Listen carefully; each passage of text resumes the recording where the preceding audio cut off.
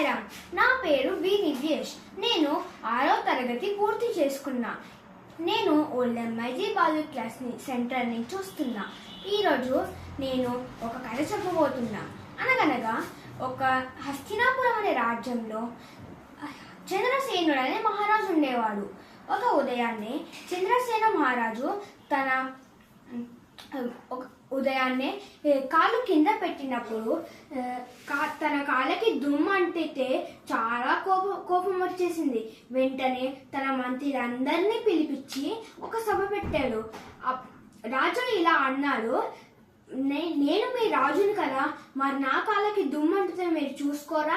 మీరు ఏం చేస్తారో నాకు తెలియదు, కానీ నా కాళ్ళకి మాత్రం దుమ్ము అంటితే మీ సంగతి చెప్తాను. అందరూ మంత్రులు భయపడిపోయారు, ఒక్క రామకృష్ణుడు తప్ప. అందరు మంత్రులు తమ తమ ఇళ్లలోకి వెళ్ళి పడుకోకుండా ఈ సమస్యకి ఉపాయం ఆలోచిస్తున్నారు. కానీ రామకృష్ణ మాత్రం హాయిగా పడుకున్నాడు. మరుసటి ఉదయాన్నే మొదటి మంత్రి వచ్చి అంటాడు, రాజా, మనం ఈ రాజ్యం మొత్తం ఊడ్చేస్తే దుమ్మే ఉండదు అసలుకి. అప్పుడు రాజు అంటాడు, అప్పుడు రాజుకి ఈ ఉపాయం నచ్చుతుంది. వెంటనే అందరూ ఊడడం మొదలు పెట్టారు. కానీ ఒక సమస్య ఏంటంటే నేల మీద ఉన్న దుమ్ము మొత్తం గాలిలో వచ్చేసింది. అందరికి దగ్గు జలుబు వచ్చేసాయి. రెండో మంత్రి వచ్చి ఇలా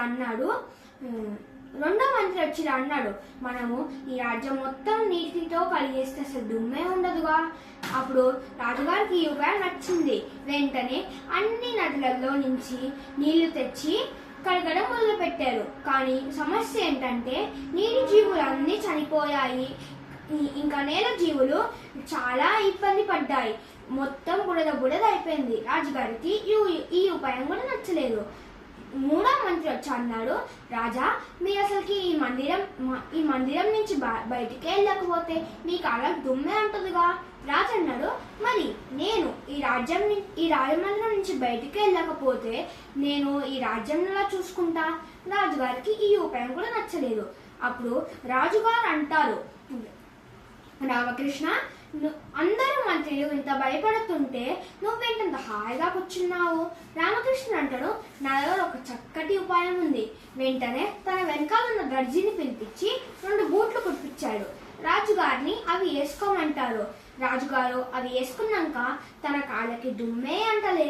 రాజుగారు బాగా సంతోషించారు. రాజుగారు రామకృష్ణని అడిగారు, నీకు ఇంత చక్కటి ఉపాయం ఎలా వచ్చింది? రామకృష్ణ అన్నాడు, మనకి ఏ సమస్య వచ్చినా కానీ చక్కగా కంగారు పడకుండా కూర్చొని ఆలోచిస్తే మనకి ఏ సమస్యకైనా ఉపాయం దొరుకుతుంది. సాయిరామ్.